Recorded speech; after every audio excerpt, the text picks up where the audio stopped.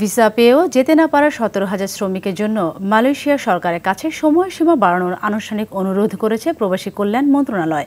বাংলাদেশে অনুরোধের বার্তা কুয়ালালামপুরে পৌঁছে দেওয়া হবে বলে জানান ঢাকায় নিযুক্ত মালয়েশিয়ান হাই কমিশনার। এদিকে ক্ষতিগ্রস্ত শ্রমিকদের ক্ষতিপূরণ দেওয়ার চেষ্টা করছে মন্ত্রণালয়। সুফিয়ান ফারাবি রিপোর্ট।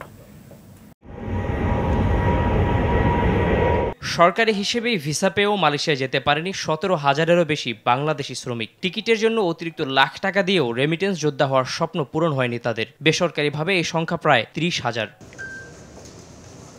নির্ধারিত সময়ে কর্মী পাঠাতে ব্যর্থ হয়ে সময় বৃদ্ধির আবেদন করলে তা প্রত্যাখ্যান করে দেশটির স্বরাষ্ট্র মন্ত্রণালয়। এ অবস্থায় ঢাকায় নিযুক্ত মালয়েশিয়ার হাই কমিশনারকে ডেকে বিষয়টি পুনরায় বিবেচনার অনুরোধ করেন প্রবাসী কল্যাণ প্রতিমন্ত্রী। তাদের ভিসা হয়েছে, আমরা মালয়েশিয়ান গভর্নমেন্টকে থ্রু দি হাই কমিশন আমরা অ্যাপিল করেছি যে এই অন্ততপক্ষে এই ১৭,০০০ যাদের ভিসা পেয়েছে তাদেরকে তাদের দেশে এন্ট্রি এবং কাজের ব্যবস্থা করে দেওয়ার জন্য সেটা আমরা রিকোয়েস্ট করেছি এবং সেটা সেই মেসেজটা কনভে করবে তাদের মালয়েশিয়ান গভর্নমেন্টের কাছে।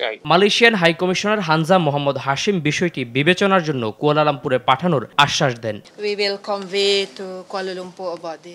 আমাদের সম্পর্ক খুবই গভীর ও বন্ধুত্বপূর্ণ।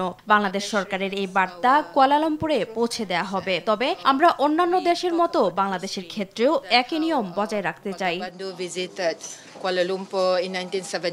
অন্যান্য দেশের মতো বাংলাদেশের ক্ষেত্রেও একই সময়সীমার বিষয়টি পুনর্ব্যক্ত করেন হাই কমিশনার। এদিকে প্রবাসী কল্যাণ প্রতিমন্ত্রী বলেন, ক্ষতিগ্রস্তদের ক্ষতিপূরণ দেওয়ার চেষ্টা করা হচ্ছে। সুফিয়ান ফারাবি, RTV, ঢাকা।